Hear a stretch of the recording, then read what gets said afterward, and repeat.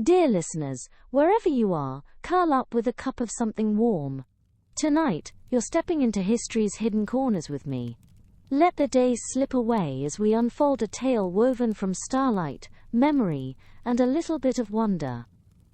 If you could slip into another life for a single night, would you risk it? I could smell salt and carnival at once, the air soft with fog that curled against my skin. Lyra didn't choose this night. Mistaken for a noblewoman, she's drawn into canals glowing with lantern light, and the hush of masked whispers follows close. If you like this warmth, let the scene carry you a little deeper. A painter waits with stained hands, a rival circles with hidden threats. And as she steps forward, even the ground beneath her feels uncertain, half real, half dream, like the city that holds her. The city that breathes in water greets me first with silence. I felt it, not as stone or street, but as something born of tide and air. Venice does not sit on water, it rises from it. To me, it seemed more apparition than place. Salt whispered against the walls, the lagoon pressed against low steps, yet what rose above me had endured centuries. That thought made me pause by the edge of the quay, where lantern light shattered into gold across each ripple, and I almost wondered if the city itself dreamed me into being, rather than the other way around. Beneath my feet I knew the secret lingered, an entire forest turned upside down, hidden below the shallow lagoon. I learned once that underfoot are thousands of wooden piles, often alder trunks, driven into the lagoon and capped with Istrian stone, so that palaces seem to grow straight out of water. That knowledge steadied me, though the ground felt neither earth nor sea. I thought of branches that never touched the air, of roots living forever in silt. Strange drowned trees that made the surface safe for my steps. The city was not built, it was coaxed to float. I carried that impression like a private comfort, both unsettling and gentle. Something so fragile had outlasted empires. Walking here, I understood the quiet reassurance. If wood and stone could hold above the tide, then perhaps the human heart could balance on its smallest hope. My pulse matched the water against the steps. Solid, trembling, safe, uncertain. The lagoon tonight held patches of lantern glow that shifted like veins of fire. The canals wound inward, threading past hidden courtyards and pale facades. Bridges arched softly under my stride, never carrying wheels, only the slip of feet and the echo of water. The air was shaped by rhythm, the clap of waves against a hull, the long breath of a bell, the faint click of boots on centuries-worn stone. Here, that was enough to measure time. Narrow alleys leaned toward each other, close enough for a whisper to bridge the void. I passed beneath clotheslines, where forgotten cloth swayed like half-offered hands. A candle flared in a window and touched the fog with warmth. Even my face caught in reflection, doubled by still water, altered slightly by every angle.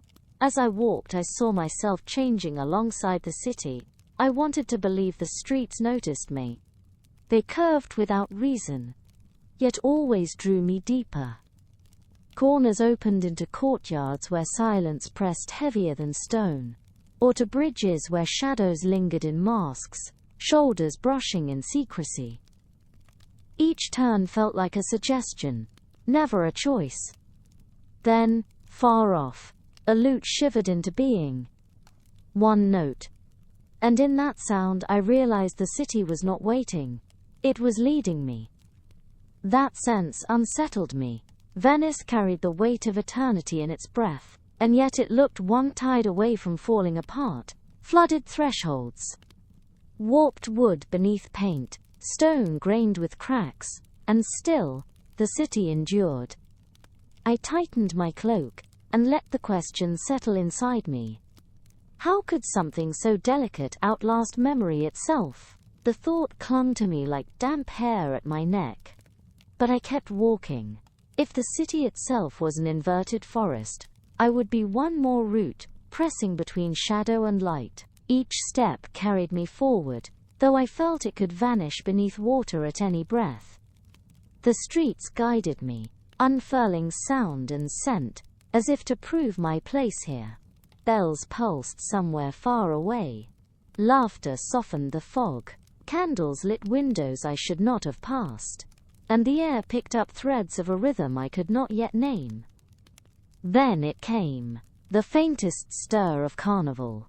It did not crash upon me. It seeped, as if fog itself grew brighter under its touch. Laughter knotted with shadows. Color bled from lanterns. I glimpsed a masked pair boarding a gondola I was sure had not been waiting. Their lanterns swung with designs scrawled in gold. From another canal, bells chimed where the fog was thickest, shy and teasing like breath against skin. I stopped, drew the air deep, and understood. Venice had not only carried me to this moment. Venice had chosen this moment for me. Here, near the edge of a bridge, the water hummed as if it too listened. I stepped once more, and felt the night tighten around me, pulling me toward something waiting unseen. And that was when my thoughts shifted. If the streets themselves could steer me, if the city could decide where I must stand, then what would happen when its masks entered my hands? How can something as thin as cloth reshape the night around me? The question lingered as I touched the silver mask, its threads cool and heavy on my palm. I understood at once that it was not only decoration. It carried weight, an offer, a lure, and a warning all at once. I raised it higher, the lantern glow playing on its stitches, and for a moment I held still. My pulse told me this mask was more than a boundary to hide behind. It was a stage. To tie it would mean becoming both myself and someone else, and I could not yet tell which truth would cling closer once it touched my skin. In Venice, masks were never just painted faces, they were tools, small doors that undid rules for a single night. A servant might bow to you as if you were their mistress. A passerby might lean close, mistaking you for a confidant. I remembered hearing one man at the quay whisper at my masked cheek, "I've waited years for this answer," though he'd mistaken me for another. That was the danger and the promise. Each mask reordered the world in ways you could not always guide. The city itself had noticed this power. In Venice, masks were powerful social keys, used to cross class lines, and authorities sometimes regulated their use. For example, masked gambling was restricted in public spaces, where anonymity threatened order. Even pleasure needed its rules. I lifted the mask closer, and thought of the shapes others might choose tonight. The bauta, square chin, sharp planes, covered face and voice alike, even allowing the wearer to eat or vote without lowering it. It was made for secrets spoken in crowded rooms. The volto, pale and smooth, was a blank page that told nothing but the silence of its whiteness. The moretta clung by silence alone, a button gripped between the teeth, robbing the wearer of speech so that only eyes revealed intent. Each mask bent the body differently. Each shifted the story in its own quiet way. In narrow rooms when silk sleeves brushed and lamps guttered, these masks carried affairs and betrayals side by side. Lovers leaned close under their shelter. Rivals whispered beneath their weight. And shoulders that seemed to belong to friends could, under painted disguise, be threats instead. A mask was never neutral. To wear one was to agree to a role older than yourself. The silver threads grazed my fingertips and I felt my throat tighten. Could I carry both my own fear and the character those around me demanded? The thought pricked like cold air. Behind the mask, freedom and danger met in one breath. I let myself imagine it, stepping into a room and being greeted as if I belonged, when every corner of me knew I did not. To move unseen yet magnified, powerful yet invisible. The contradiction was almost unbearable. I think a mask feels like a curtain, fabric between you and the others. You wait in darkness, and yet you are the figure they watch for. That strange distance pulled at me, thrilling and unsteady. The streets pressed in tighter, filled now with footsteps and laughter that rose as though stitched to the night. I saw silver, gold, ivory glimmering through fog. I saw faces erased and remade, eyes made brighter by the shadows around them. For the first time, as I tied the thread at my nape, I looked no different from them. Yet with that belonging came uncertainty. Was I the noblewoman they believed? Or was I myself smothered in another's veil of glamour? Each reflection I caught in the canal shifted, as though the water too could not recall my true form. The mask warmed as I breathed beneath it. At once I felt safer, hidden behind anonymity. That the warmth itself whispered danger, that someone sharp enough might still pierce what I thought concealed. Every glance in my direction carried risk. Were they searching for me, or for the version of me my disguise offered? The laughter tilted, spread with the crack of an oar striking. I blinked at the sudden rhythm, and the fog seemed to pulse with music from far streets. Now the city moved quickly, a river of hidden selves streaming around me. It left me no space to stand still.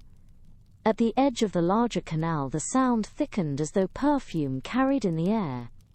It wrapped close, heady with strings and voices. Ahead, marble windows spilled gold and song into the vapor. Shadows hovered by gilded doors. I felt the tide of masked figures draw me toward it before I had chosen for myself. The mask shone faintly in lantern light, silver catching fire, silver releasing it, as though it spoke in its own language. Inside, I could already sense that every step I took would be weighed and rewritten by what others believed me to be. It was too late to consider whether to resist. My feet carried me into the current of silk fog and hidden faces that swayed around one waiting entrance. What stood beyond was no longer just a place to wander. It was a body of stone and sound that had already gathered its own secrets.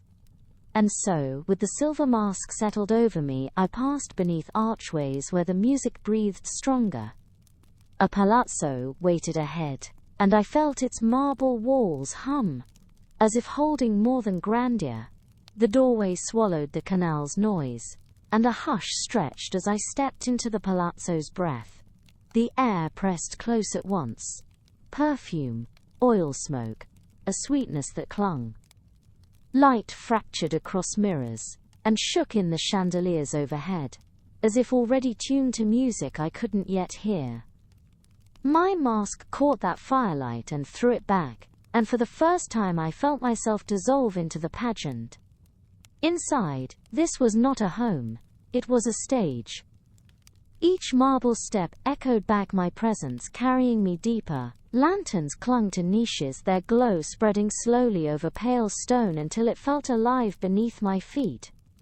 I tilted my head once, and above me frescoes spilled across the ceiling in a sweep of angels beside sinners, beautiful and jarring, figures bound in silence but still watchful. Their eyes made me feel both noticed and weighed. Venetian palazzi were not only places of rest. They stitched together household life and mercantile power, where dinners could shift fortunes and whispers shaped alliances. Fondacos gathered warehouses and merchant houses under their roofs, just as ducal chambers tied ritual to politics. Here wealth and power blended so completely they felt like the very mortar. I paused, listening. Voices pitched in soft laughter melted into a tide, always rising, always threatening to overspill the marble edge. Behind those tones waited secrets. Somewhere in these waves of silk and wine, a rumor ran sharp enough to cut. A painting, something priceless, might not outlast the night. It was spoken not in clear words, but in fragments tucked between fans, in eyes too intent on doors, in laughter that bent too quickly. The room beat faster than my heart. Masks moved like predators cloaked in brilliance, and each polite bow revealed as much danger as courtesy. It was like standing inside a body, the chandeliers pulsing like nerves, the voices pumping unrest through gilt veins. I wondered how long my own mask, thin thread against skin, could shield me before the room itself tested my place. My reflection broke itself on the marble floor as I passed along its polish. 2, 3, 4 versions of me walking side by side, each one slightly out of rhythm. Which mask would break first? Which self would remain if stripped away? I thought again of water, of how surfaces gleam but never give without consequence, and here I learned marble could be just as fragile. A single misstep might tilt everything. Dancers rose like restless waves, couples shifting, breaking, joining again. The air thickened with perfume and heat, soft with hidden tension in every bow. I began to hear plot wrapped in gestures, a glance resting too long, a hand lingering on the rim of a wineglass, an embrace held at precisely the wrong moment. Courtesies so close to threats they bled into one language. The treasure at stake, the painting I'd only half heard named, was stitched through all of it. Still I walked, pressing deeper into the hall, and my nerves answered with both dread and resolve. Magic and risk had followed me here, and if the city demanded a role, then I would learn to play it. That thought steadied my step, though caution still laced my breaths. Then I saw him. A man standing among silk and velvet, but marked by what betrayed him. Not a jeweled doublet, not a gleaming mask. His hands, the fingers curled around his goblet, bore stains that no water, no polish could erase. Pigments pressed into skin, edges darkened as though just left from the studio. While others gleamed, his difference showed raw against the light. The crowd shimmered and shifted, but he stood apart. I felt his gaze cross me, and the laughter around us dimmed. For a beat, menace softened in his eyes, replaced by something I could not yet name. The sight of him stirred a tremor. Already I knew he was not here to blend, not here to hide. He carried rebellion in the colors trapped in his skin. A truth made visible when every other mask pretended to smooth over life. I held the thought close. In this house of mirrors and whispers, where wealth expected clean hands and perfect faces, he carried stains as his signature. Creation and danger, threaded together. That difference pulled me forward, quieter than music, surer than any step. What I did not yet grasp, but would soon find waiting, was how deeply his stains and his secrets would cross with mine, and what could be risked, even destroyed, before morning gave us back to ourselves. Why would an artist risk everything to hide, perhaps even destroy, his most precious work? That question found me on the balcony, where the ballroom's roar thinned into a hush of fog and candlelight. I stood with him there, the painter whose mask seemed to shield not only his face but also his heart. Behind us, doors sealed away the music. Before us, the canal exhaled cool air. My breath slowed into his silence, as though the world wanted only our whispers. He spoke first. His voice low, almost as though it might vanish in the night if he let it rise too sharply.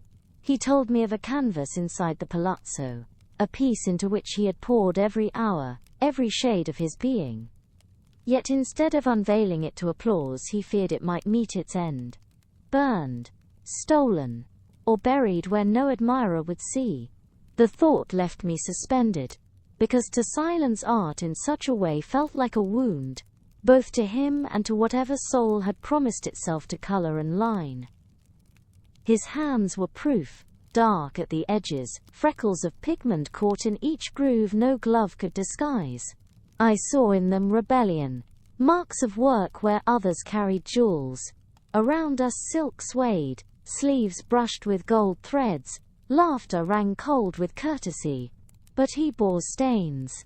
His mask hid his eyes, but the weight within his voice revealed him. He did not fear ridicule. He feared exposure. In Venice, art draws fortune and danger alike. Patrons and thieves move in the same gilded rooms. To love a painting could mean to protect it fiercely, even from the very halls where it might seem most at home. "Here," he murmured. From his satchel he drew not the great canvas but a smaller sheet, blank saved for the faint scratch of his charcoal as it met air. A sound quiet enough to align with the night. My breath caught. He glanced up briefly, then returned to his lines, working faster than the flame beside us trembled. One sharp curve from my jaw, a quick sweep across my brow, nothing polished, nothing meant to endure. Yet watching his hand move across the page I felt both seen and unsettled. He didn't need words when his line said what silence could not. My likeness captured raw and incomplete, already smudged in places, unsure if it would last. Still, I could not look away. A mirror gives the details but little else. His sketch gave me the truth I did not want to confess, that I stood here divided, a woman cloaked in silver thread but longing to be caught without disguise. The drawing itself barely existed as more than dust pressed against paper. But it stirred something deeper. Venice has been a center of painting across the centuries. The Venetian school prized color and canvas. So here, art carries weight heavier than stone. And just as the city rises uneasily from water, his sketch clung to a fragile surface. Both felt precarious. Beauty held above a tide that never stops pressing. For a moment I sensed we carried the same fear, that everything created here might one day sink without leaving more than memory. I wondered if this was why he sought my eyes. To ask for protection. To ask for a witness. Perhaps both. But to guard him would mean showing more of myself than my mask intended. Could he sense it already? That the woman behind this disguise was more than the role she played. In the closeness of the torchlight, revelation no longer felt like disaster. It felt like intimacy, and intimacy carried its own peril. Then, below the balcony, oars scraped softly against stone. Voices drifted upward, hushed but sharp at the edges. I could not catch the words, yet I caught the intent. Betrayal had entered the hall. Somewhere behind the door we had left ajar. Eyes followed, ears leaned too closely.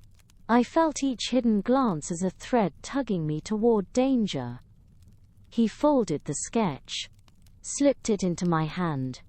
His fingers trembled, just slightly as they brushed mine. His masterpiece, he said, might live or die tonight, but the choice was no longer his alone. And when I lifted my gaze from the folded paper, I knew he had bound me into its fate. The ballroom murmured behind us, masks gliding, voices clipped in polite deceit. Yet here on the balcony, silence pressed thicker than smoke. My heart raced at the weight of it. If I kept his secret, I risked tearing away my own veil. If I denied it, I would lose the thread that had drawn me closer to him with every glance. Desire made the air warmer, but suspicion chilled it equally. Bells pulsed from a distance, slow and steady. Their notes spread through my blood like a reminder. The night had an hour waiting for us, and when it came, borrowed faces would falter. I held the folded sketch tighter. The city seemed to lean forward, expectant, as though it too demanded to see which would break first, mask or truth. I stepped once more toward the glow inside where dancers spun, yet within me lingered a tremor, not only of fear but of anticipation. Somewhere ahead, the masks would thin, and borrowed selves would be forced against the edge of recognition. The air thickened with that knowledge, as though the room already sensed what midnight threatened to bring. The bells strike, one, then another, heavy final notes spilling across the lagoon and into the hall. A hand darts forward, silk tears.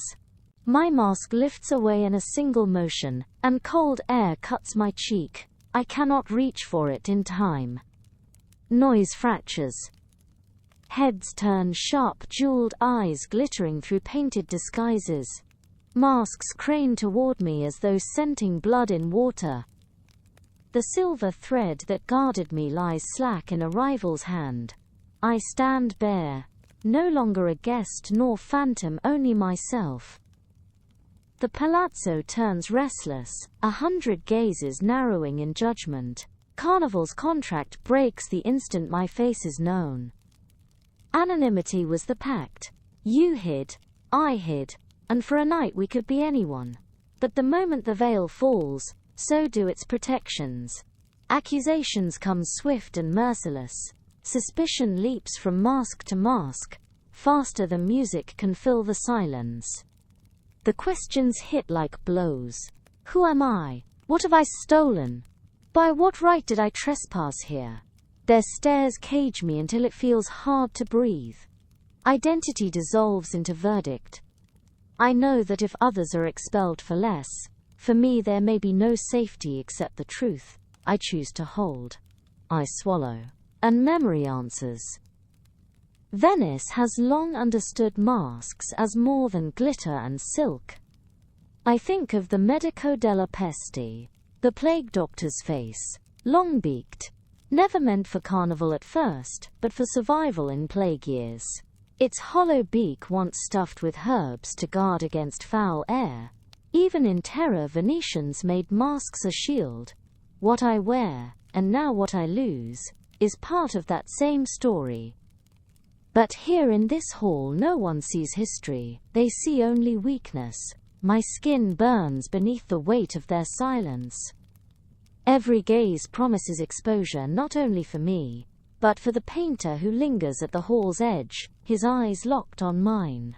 I feel the threads of rumor already twisting toward him, dragging his hidden canvas into risk. Chaos alarms the air. Whispers fly. Accusations of theft. Names thrown half-hidden across lacquered masks.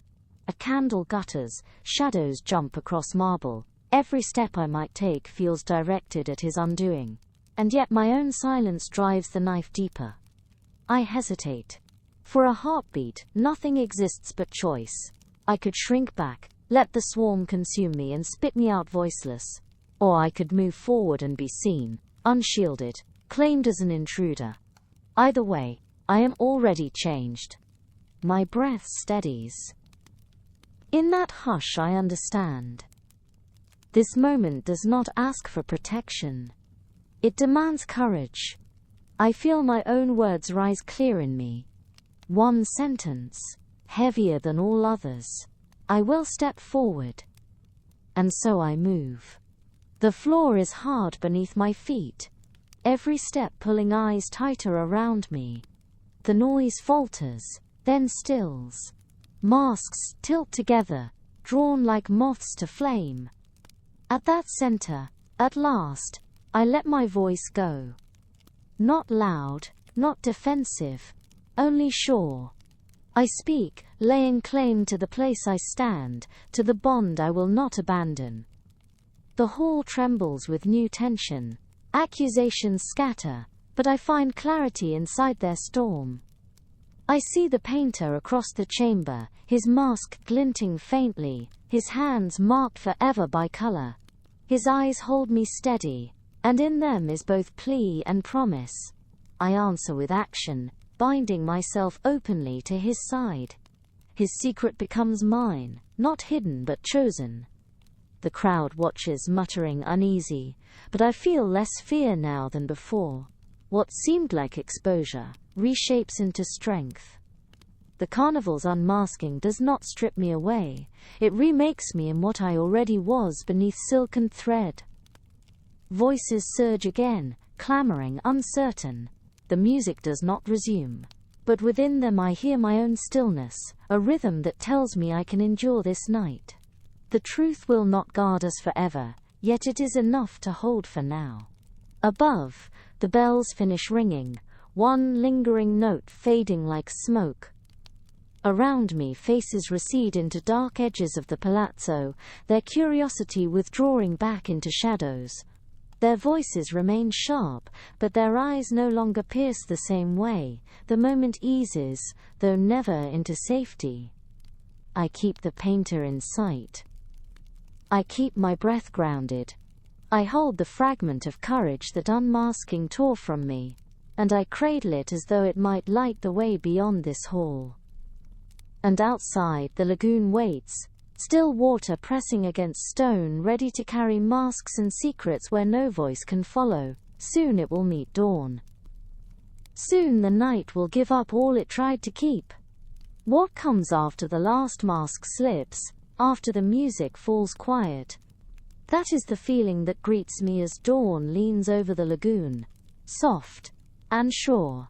The songs are gone, the wine exhausted, and the laughter that shimmered in mist has burned itself to silence. Yet the water keeps breathing. Silver ripples break into pale light, and among them float the masks, drifting loose as if the tide itself had chosen to carry them away. I see the thread of my own disguise turn, catching a sunbeam just once before it drifts out of reach. The city wears a new face now. Bridges slick with night moisture shine faintly, shutters hang loose, and lanterns have been darkened. Venetian stone feels cold under my palm, its dampness steadying. The enchantment of hours before falters into something more fragile, more human. It feels as though the city has lowered its mask, showing its weary, unembellished self. I stand by the quay and let the ache of the night settle inside me. Emptied but still alive, sharpened by what I have lost and softened by what remains close. The lagoon continues its endless rhythm. Waves stretch toward the Istrian steps, climb a little, then fall away. They return, and fall again. Each motion reminds me of survival and surrender at once. Venice has always lived in that balance. It rose high on commerce and art when tides of fortune carried it, and it sank back when those tides shifted to other shores. Venice once outshone many cities as a trade and artistic center. Fortunes and tastes moved, but the city remained. To see the water take and give at dawn is to know the truth. Beauty here was never fixed. It lingers, just long enough to be remembered. I feel my own heart echo that pattern.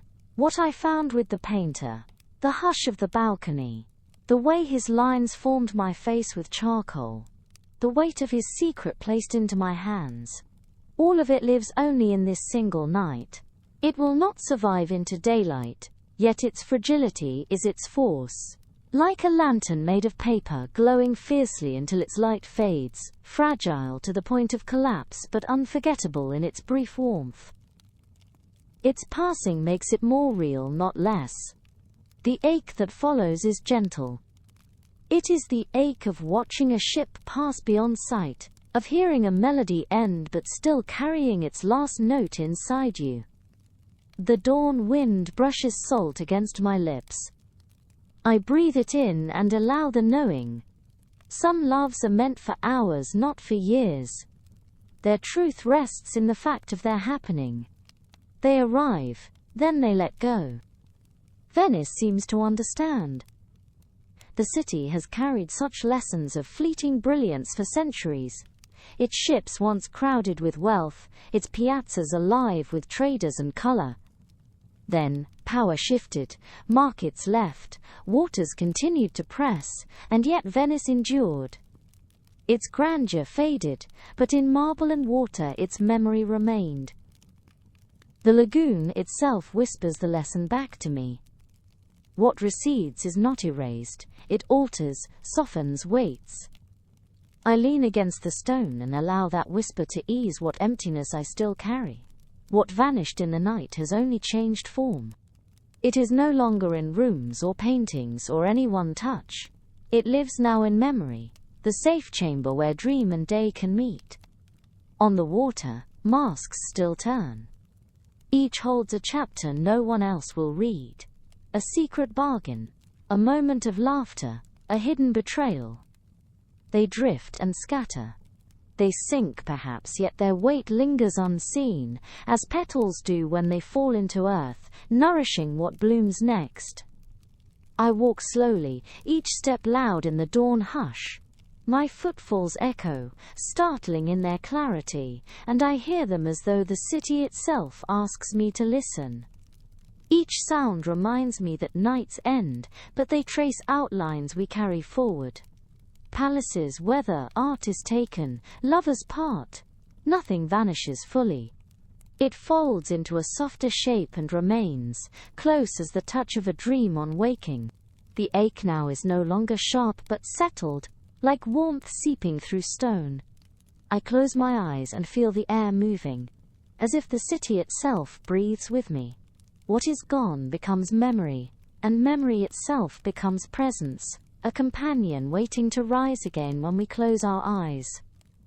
The horizon grows pale. Boats shift slightly in the current, their wood knocking softly, a gentle percussion against the quay. A gull slips across the surface, wing and reflection stitched together in quiet ease.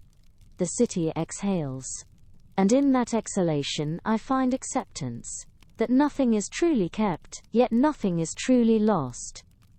I stand for a time, holding the folded sketch inside my palm. The paper is thin, almost weightless, yet it anchors me more firmly than stone. I do not know if it will endure, but it does not need to.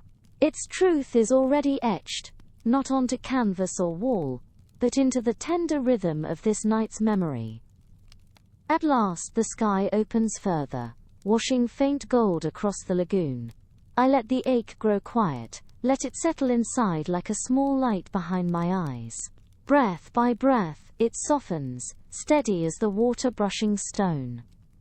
Let this soft ache settle like a small light behind your eyes. Let it guide you to rest, quiet as ripples stretching outward. And when you are ready, let yourself drift, knowing the city waits with its secrets still held close. Venice lingers not as backdrop but as enchantress, drawing me closer, revealing pieces I hadn't meant to share, testing what remained when the mask was gone. Each shadowed step, each glance behind silk asked quietly who I might be when seen without disguise. Let this moment be your last thought before sleep. Hold the city's tender pull as memory, light as breath. If this story brought you warmth tonight, you might whisper it with a heart by the like button.